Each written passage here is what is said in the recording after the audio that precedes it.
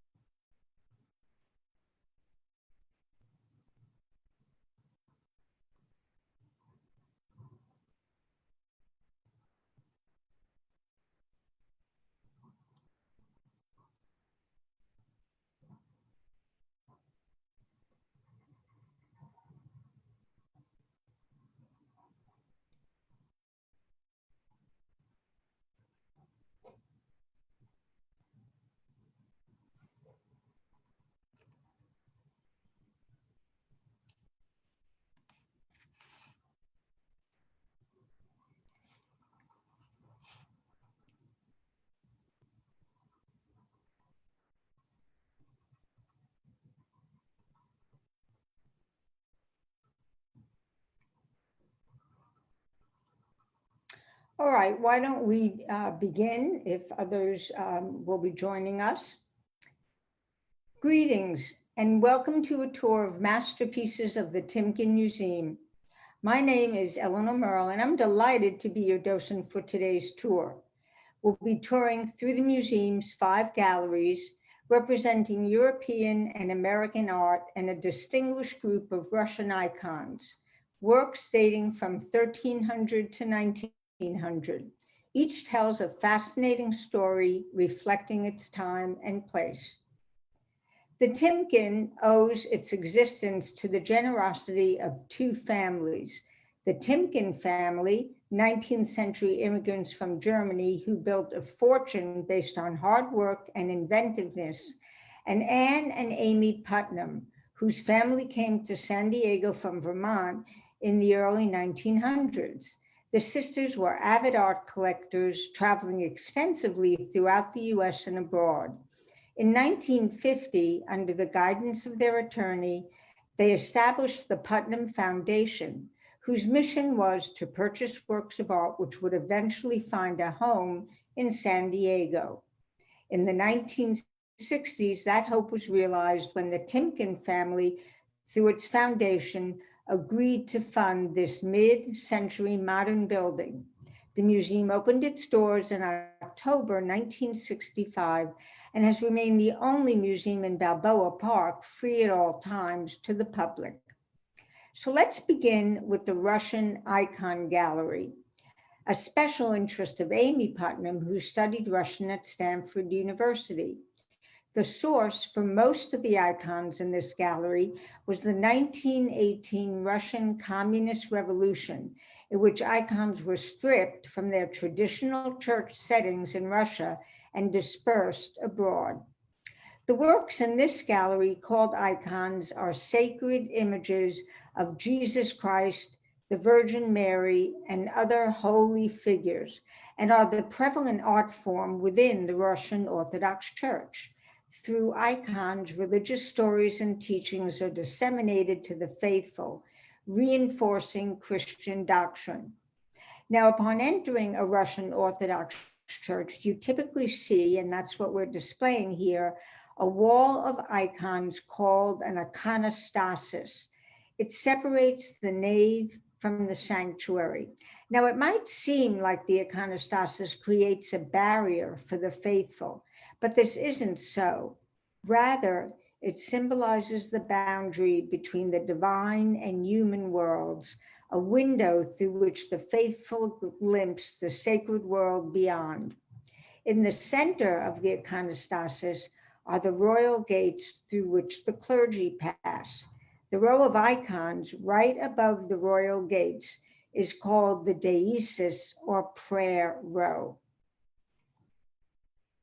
In the center of the deesis is Jesus Christ, enthroned like an emperor on his heavenly throne on the judgment day, receiving the prayers of those who intercede for the salvation of humanity. He's holding the closed gospel with his left hand, and his right hand is raised in the sign of a blessing. To his right and left, respectively, are the Virgin Mary and St. John the Baptist, the archangels Michael and Gabriel wearing their red hymatians or cloaks, and finally St. Peter, an older man, holding the keys to the heavenly kingdom, and St. Paul. Now notice how the religious figures are portrayed. Tradition considers the icon to have been divinely revealed. In other words, miraculously created. As such, the authenticity of each image depends on its resemblance to the earliest divinely inspired images, as they would have been closest to the actual figures of Christ and Mary. Figures are thus represented not in their natural form, but in that two-dimensional, stylized heavenly form. And we can see these symbolic representations better by taking a look at this large icon from the 17th century of Mary and the Christ child, called the Georgian Mother of God. Now, the Virgin is always known in an icon context as the Mother of God, and she's depicted in the traditional pose of the Hodegetria, Greek for pointer of the way. Here, she gestures with her right hand to the Christ child as being the way, the truth, and the life, the source of salvation to humankind. Now, as just noted, the images of the Christ child and Virgin Mary are intended to be spiritual representations, and this is reflected in the flattened perspective, Mary's large ears better to hear the words of God, her closed mouth to show that you're not supposed to speak in the presence of God, her large almond-shaped soulful eyes that perhaps pretend her knowledge of the future of the suffering of her child, and her graceful elongated fingers with tapered ends created the sense of movement upwards towards the heavens. Note the 24-karat gold leaf covering, which evokes the glories of heaven and divine radiance. And notice the 3 stars on Mary's mephorium, or her cloak, the long red veil covering her head and body, which symbolizes eternal virginity before, during, and after the Nativity. The stars are the attribute or symbol by which we know a figure is Mary. Each saint is recognized by their attribute. We're now going to move from Byzantine art of the East, very stylized portraits of religious figures, and take a look at a portrait from the Renaissance period in Italy, different part of the world, and about a century earlier. Here's an intriguing young woman from 16th century Venice, whom we call Portrait of a Lady in a Green Dress. It was painted in 1530 by Bartolomeo Veneto. And we know this because he signed his name on that little curly piece of paper to the sitter's right, which is called a cartellino. Most of Bartolomeo's work consists of portraits of lavishly dressed people. Now, after many centuries in which generic representation had been the norm, distinctive portrait likenesses began to reappear in 15th century Europe, reflecting a manifestation of Renaissance humanism with its emphasis on the individual and their place in the world. This painting portrays a woman dressed in the height of fashion for the time, wearing a luxuriant dress of green silk, marked at the waist with a violet-colored belt. The ample and puffy green sleeves, tied on separately, are slashed so that she can pull out tufts of her undergarment, showing us that she's rich and sophisticated enough to own underwear. And while she probably owned only 2 or 3 bodice tops and skirts, she may have had 10 pairs of sleeves so that she could mix and match them to get lots of different looks. Very well coordinated. Now notice her shimmering gold blouse, which is called a fichu, embroidered with a royal pomegranate motif. Her brown leather gloves, rather heavy, maybe for falconry, and a long necklace of semi-precious stones. She wears an elaborate headdress called a scoufia, adorned with blue and gold ribbon and a white rosette attached to the center with a jeweled pin. She has lovely Titian ginger reddish hair, likely dyed with henna, a highly admired feature of the time. Now, Bartolomeo intrigues us with hints of the lady's personality, with a piercing, wary, slightly petulant expression. She turns her head as if she just notices we're here. Such subtle animation was groundbreaking at the time, revealing an interest in human emotion, drama, and nature.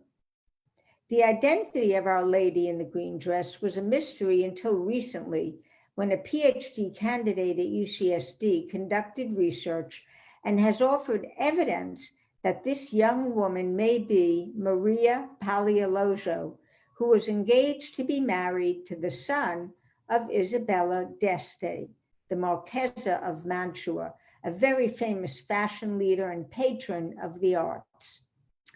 The link to the mystery is the ornamental headdress, the scoufia, which Isabella gave to those marrying into the d'Este family. And here's the Titian portrait of the Marchesa, Isabella d'Este, wearing the same headdress Our Lady wears. We'll now leave the Renaissance period and look at a work in the gallery about 100 years later, painted during what's known as the Baroque period. And we'll take a look at the return of the prodigal son. Now, this work is a painting that tells a story, a biblical parable, the return of the prodigal son, taken from the New Testament Gospel according to Luke. It's the parable most frequently represented in Western art for teaching the twin virtues of repentance and forgiveness.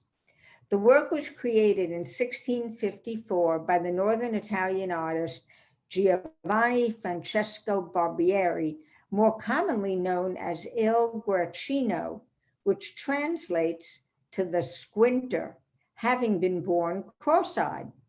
While born to a poor family, his talent was recognized early on, and he went to work for Pope Gregory XV in Rome. Guercino painted 7 versions of this work, starting in 1617, this one being the last and commissioned by the Archbishop of Bologna. And again, this work was done in 1654. And what we see here is that a father with 2 sons divides his estate between them, and the younger leaves home and squanders his inheritance. And here we see the father embracing the son, who returns home penitent and weeping, and the father wraps his son in his own cloak and dispatches the servant to bring new clothes. The rueful son averts his gaze in shame, saying, "Father, I have sinned against heaven and in your sight, and am no longer worthy to be called your son."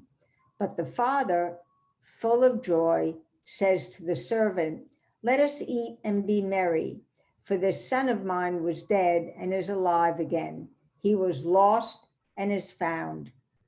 Guercino emphasizes the emotion associated with the father's forgiveness and the son's shame and remorse, focusing our attention on the interlocking hands.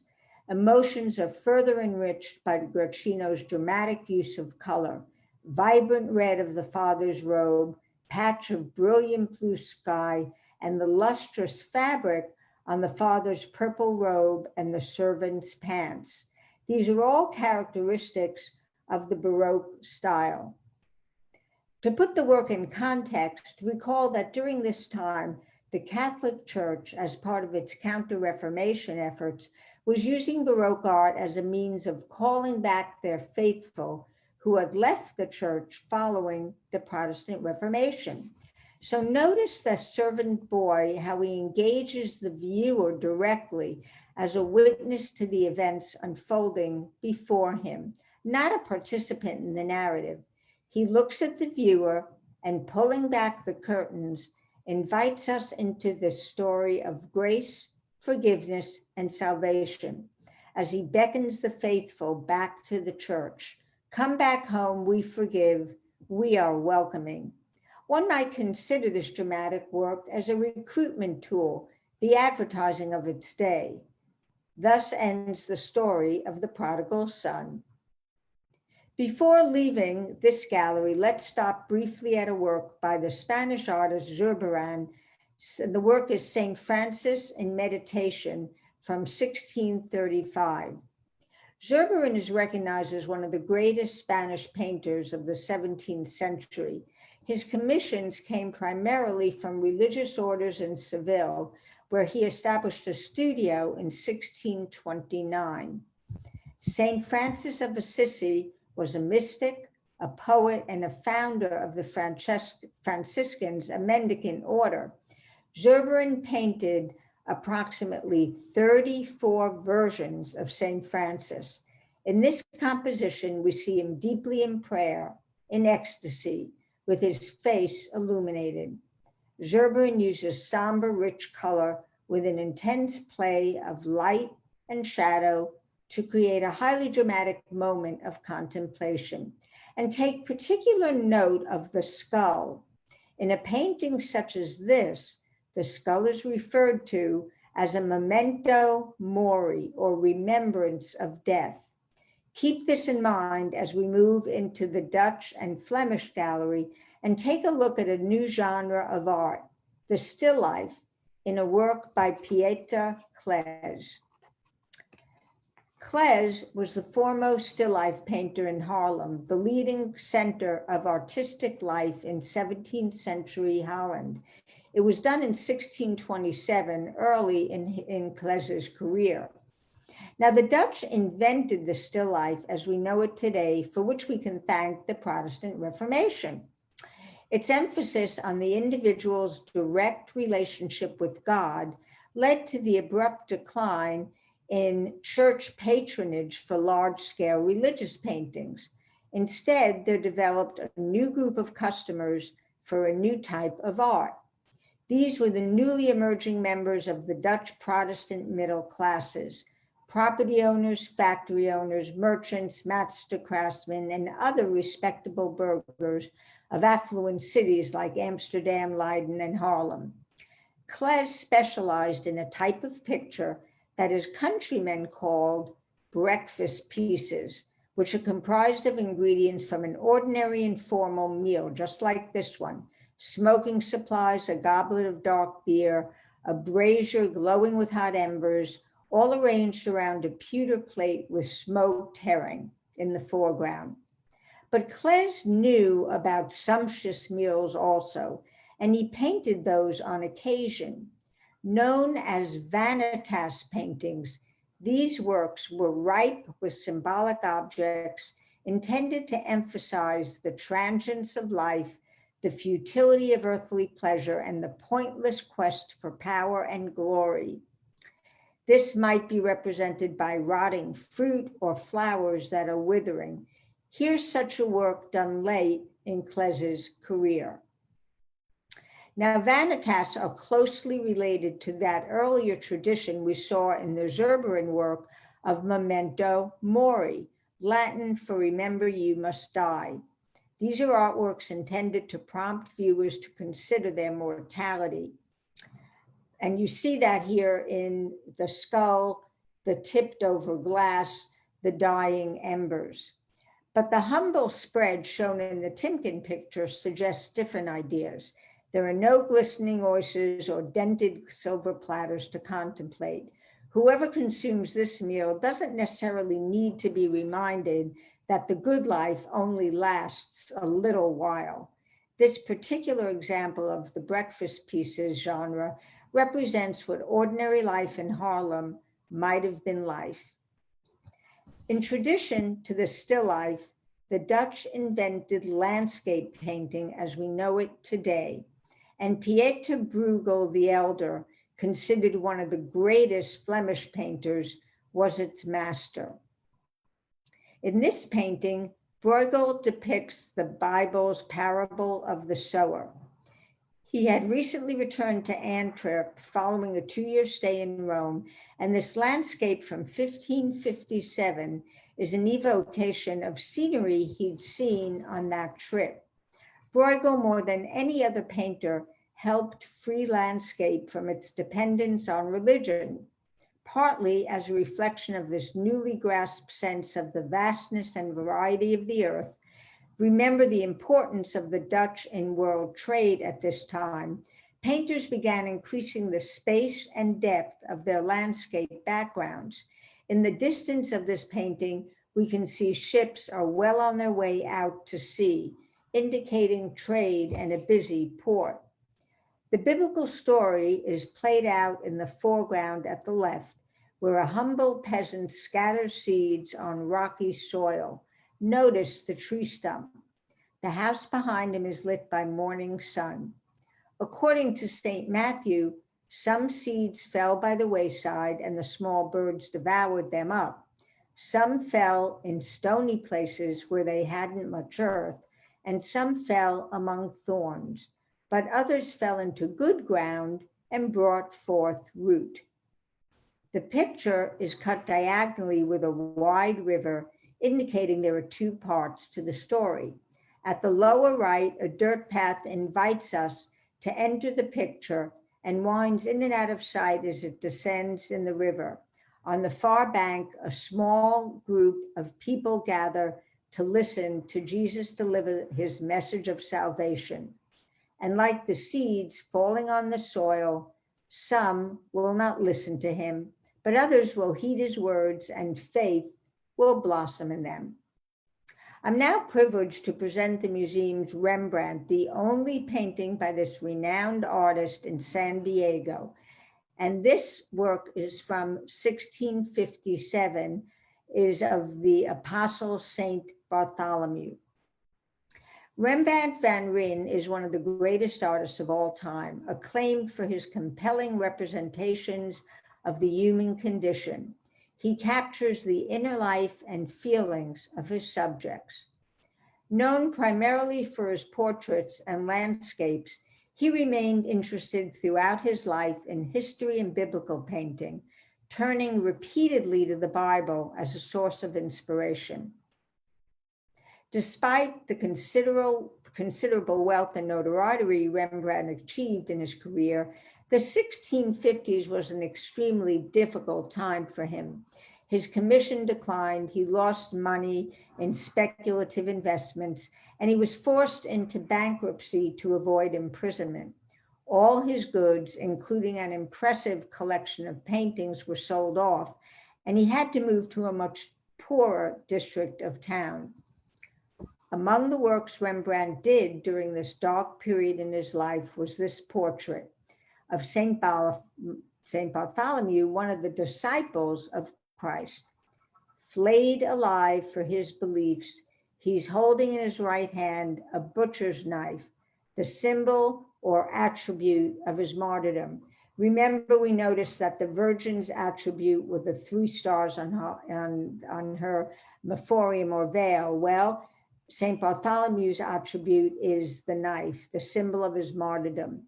Rembrandt's portrayal of a relatively youthful man with rugged features reflects his own vision of biblical figures as unidealized, real people who walk the earth with passions and beliefs, with fears, and with anxieties similar to those felt by the rest of humanity.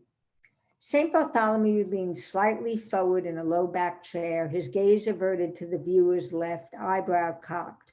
Strong light brilliantly illuminates the right side of his face, revealing his hollow cheek and furrowed brow. His expression is of deep thought, suggesting he might be contemplating his own demise. He's dressed in a plain brown robe over a white shirt, the cuff of which shows radiantly at the wrist. A heavier buff-colored cloak covers the chair. Now notice Rembrandt's celebration of texture through the impasto technique of applying thick layers of paint. We see this around the apostle's face, reinforcing his furrowed brow and contemplative expression, as well as the burst of white at his cuff. He achieved this by using the butt of his brush against the paint. So I think this is a good time to lighten up a bit, and we'll do so in the French Gallery, where we'll move into the 18th century and the Rococo style of art, which flourished in France from about 1720 to 1718. And here we are at Francois Boucher's Lovers in the Park from 1758. Works such as these, intended to generate the interiors of grand salons, are a display of nonchalant whimsy, the carefree demeanor reflecting the lighter Rococo style, characterized by greater informality, decorative scroll work, pastel colors, and a general sense of gaiety and joy. The painting depicts an aristocratic couple and their spaniel seated in an overgrown garden, resting under a pair of Amorini angels who playfully mimic their position. The young man is picking flowers and weaving them into her hair while eyeing the shepherdess girl who appears to have just landed on the scene. Notice her feet. Doesn't look like she's walked from anywhere. She just landed there. His flirtatious glance is held and reciprocated by her as his lover looks aimlessly out with either a blank stare or an all-knowing resignation. Not coincidentally, the spaniel represents fidelity, in contrast to the young gent's indiscriminate flirtation. Boucher makes no pretense of portraying a believable situation with the work's doll-like figures and candy box colors. His world is rather a modern Arcadia in which a rich and radiant nature is inhabited by cheerful country folk and peasant, complacent lovers. The garden bursts with lush growth and smells. Now, during the 18th century, it was fashionable for the aristocracy to escape from the strict etiquette of the French court by going to secluded rustic retreats and living there as though they were simple country people. On these retreats, they dressed in elaborate versions of peasant clothing and strolled in private gardens. Excuse me. The milkmaids' beribboned garments are the kind of idealized peasant garb sported for fun by royal and aristocratic ladies of the time. Now, in addition to his paintings, Boucher designed tapestries, first for the royal workshops at Beauvais, and later he was appointed director of the Royal Gobelin workshops. And if you have a tea set, it might have images from Boucher on it because he created designs for the Sèvres porcelain factory also. Born in 1703, Francois Boucher was perhaps the most celebrated painter and decorative artist of 18th century France. He was a great favorite of the court and did many paintings for members of the French aristocracy, notably King Louis XV and his mistress, Madame de Pompadour. His works explore joyous, playful themes of young lovers and lush gardens, playing games or engaged in amorous pursuits, the eternal game of love. Not surprisingly, the philosopher Denis Diderot had a criticism of Boucher, and I quote, "That man is capable of everything except the truth." By the 1780s, there was a move away from Rococo frivolity toward a classical austerity and severity, more in sync with the moral climate of the final years of the French monarchy. So we're now moving into the neoclassical period, and Jacques-Louis David, considered the preeminent neoclassical painter of his day, best known for his huge history paintings. But this intimate portrait of the Irish timber merchant Cooper Penrose reveals why David was also considered the first great portrait painter of the 19th century. Born in Paris into a wealthy family who wanted him to become an architect, Jacques-Louis David favored painting from an early age and won them over. Interestingly, his first painter and teacher was Boucher, master of the Rococo style, so we see quite a change here. Cooper Penrose, a Quaker, traveled from Ireland to Paris in 1802 to commission David to paint his portrait, fully aware of his reputation. As Penrose's wealth had grown in the timber business, he'd become an avid collector of art, antiques, and other worldly pleasures. He lived on a 40-acre estate with a lavish home, which was referred to as the Irish Vatican, included in guidebooks as a site not to miss. It's said that his tastes were so lavish that the Society of Friends threatened to expel him. The finished painting, a 3/4 length portrait, shows Penrose appearing to be a small man at 66 years of age, seated stiffly in a mahogany neoclassical armchair. He's dressed simply in a somber black cutaway jacket, a white waistcoat, dark gray knee breeches, and white stockings, without even a ring or scarf pin to sound a showy note. And this is all befitting his Quaker beliefs. There's no evidence of the sitter's high social status and great wealth or frivolous lifestyle. Our attention is drawn to the brilliantly painted head and hands. There, David reveals Penrose's complex personality.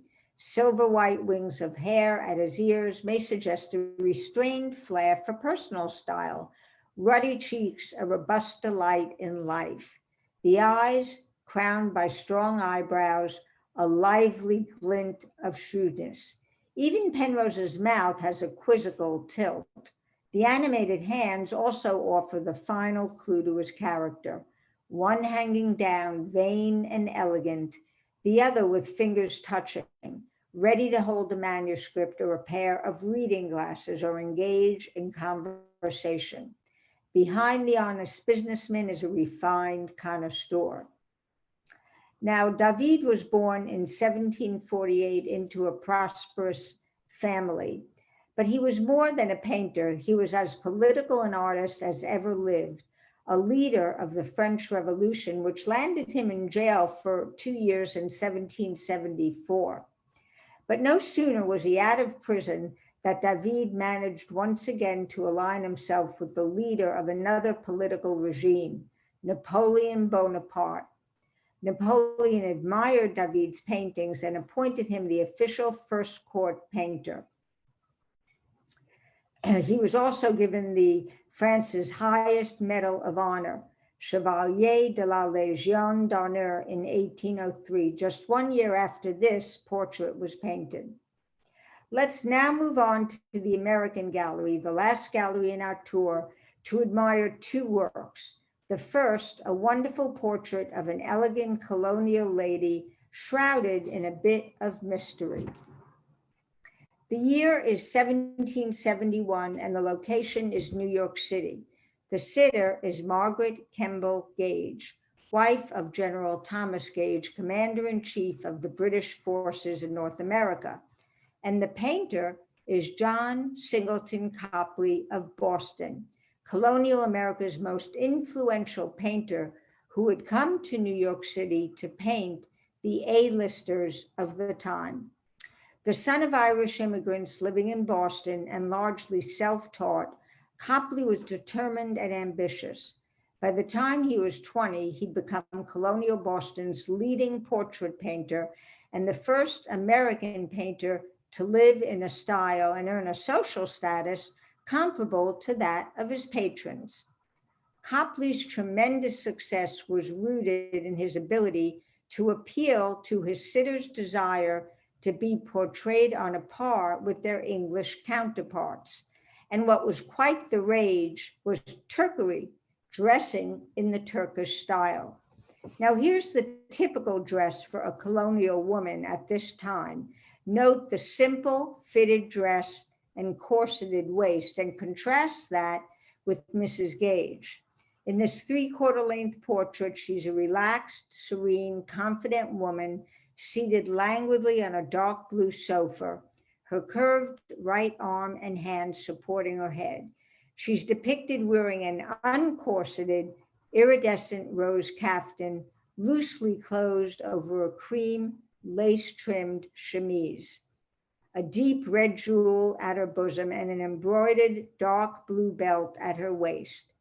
Around her neck are two strands of delicate miniature pearls. Larger pearls are wrapped around her left elbow and entwined in her Turkish headscarf. The tasseled scarf is embroidered in the same dark blue and gold fabric as her belt. Copley was particularly pleased with this portrait, writing, and I quote, "It is, I think, beyond compare, the best lady's portrait I ever drew." Upon completion, he sent it to London for exhibition, after which it hung in Firle Place, the Gage family home, until it was purchased by the Putnam Foundation. And Firle Place is still a guided site outside London. In 1774, Copley, who'd returned to Boston, finally fulfilled his wish to study the great works of art and left Boston to take his longed-for European grand tour. He never returned home. As for Mrs. Gage, we have an unsolved mystery. Was she a colonial informant? General Gage had secret plans to destroy Patriot armories in Lexington and Concord and to place colonial leaders into custody.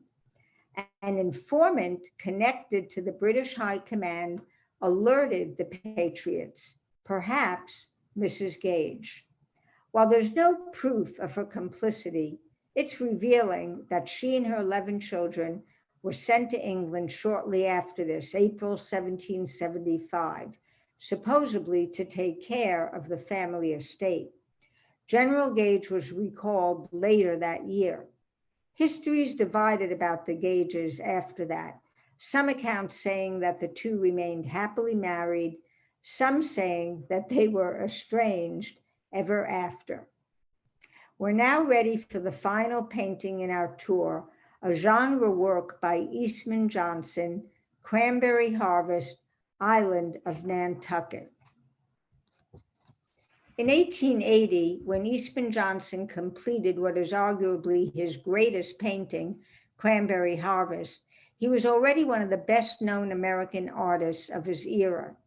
This painting is the triumph of Eastman Johnson's career, and certainly one of his best-known works.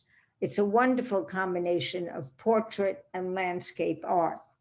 The work is a paean to rusticity and agrarian life at a moment when the United States was industrializing at a dizzying pace and when wealth was being amassed at an equal clip. The central figure of the more than 40 is a woman standing with an illuminated bonnet, looking toward a young boy holding a baby, presumably hers. At the far left are children in conversation about something off stage. At center is a man who's brought a chair with him, working at a leisurely pace. At the far right, people load the harvest into a wagon. Note the windmill far in the distance. Johnson included it even though it's actually on the other side of the island. He included it so viewers would recognize the island as being Nantucket. Eastman Johnson was born in Lovell, Maine in 1824 of a well-to-do family.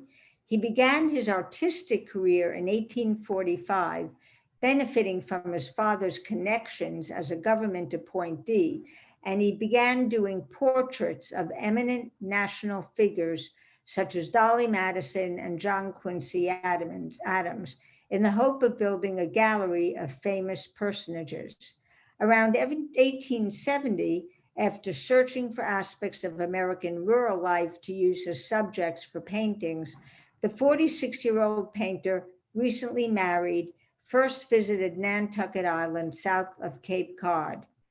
With this view of a cranberry harvest, he successfully realized his efforts to paint a celebration of New England outdoor life. He wrote to an artist friend, "I was taken with my cranberry fit as soon as I arrived. Some people have rose fever yearly. I have the cranberry fever. As I began picking in the meadow a day or two after we arrived, I've done nothing else since then. Since I've been here, not a thing," end of quote. Johnson probably made 17 oil paintings, 1 watercolor, and 2 drawings of the harvest before completing this sparkling late afternoon canvas. A telling measure of the work's importance for the artist is that, as far as we know, he never again attempted a work even remotely like it. And to bring us current, here's a photo of a current cranberry harvest. Our tour has now come to a close. I know it's been quite a whirlwind through our galleries, and hope you enjoyed hearing the stories our masterworks have to tell. Thank you all, and we'll see if anyone has raised any chat questions.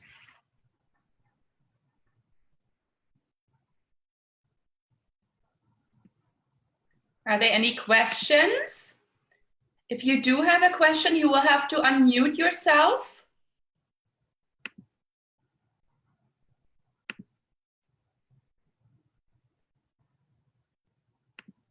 All right, well, I guess if there's no questions, thank you all for joining us this afternoon, and thank you so much to Eleanor for giving the talk. Thank you, thank you.